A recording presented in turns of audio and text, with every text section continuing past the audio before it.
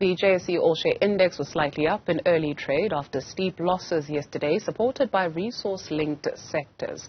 Market sentiment remains fragile, and all eyes turn to the release of the pivotal U.S. monthly jobs report later in the day, which is likely to influence the Federal Reserve's future decisions. Roy Mutooni is Sanlam Investments analyst. He joins us now for a detailed look at the markets. Thank you very much, Roy, for your time this afternoon. Let's start with an overview of how the markets are faring at the moment after yesterday's slump.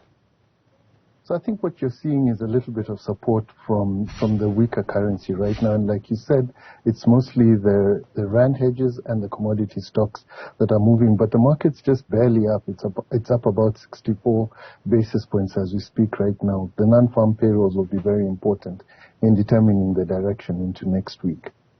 PepsiCo and Mars have seen a business boom in Russia after staying behind. Do you think this upward trend is sustainable, seeing as the conflict is not abating? So it's quite interesting. It is true they've seen quite a boom, but I think a lot of it is being attributed to more that their competitors have left rather than increased consumer demand. I think underlying demand is pretty much in line, but what you're seeing is that the people who remained are getting bigger bits of the pie, rather than the market actually growing. So it seems like as time passes and demand softens, then maybe this boom might end. But I guess for them it's make hay while the sun shines. Samsung Electronics reported its worst decline in quarterly revenue since at least 2009, stoking uncertainty over when a year-long electronics and memory chip demand slump will end. What's going on there?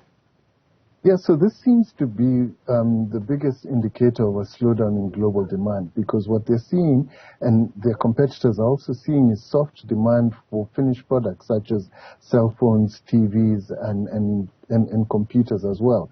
I think this just goes to show you that the global economy is not firing on all cylinders, and these fears of a slowing economy are actually real. We've seen it in their competitors, we've seen it in their numbers, and even in their outlook, they're basically saying that there's a lot of inventory that's being sold out and not being replaced. Remember, these are very high value factories that you can't just shut down. So, yeah, a little bit of a concern for demand over the next few quarters. So the heart of Africa and the Southern African, or the southernmost tip of the continent, being South Africa, have pledged to revive the DRC's giant Inga 3 hydroelectronic project that South Africa hopes will help solve the crippling power crisis. Do you reckon that this will indeed give the country some reprieve? So this Grand Inga project has been going for a long time. Remember, the first phase was actually done, I think, in the 50s or the 60s. Now what you're talking about is the third phase. Clearly, the issue here is that it's being run under the political auspices of the government of the DRC. It's a huge investment to be made.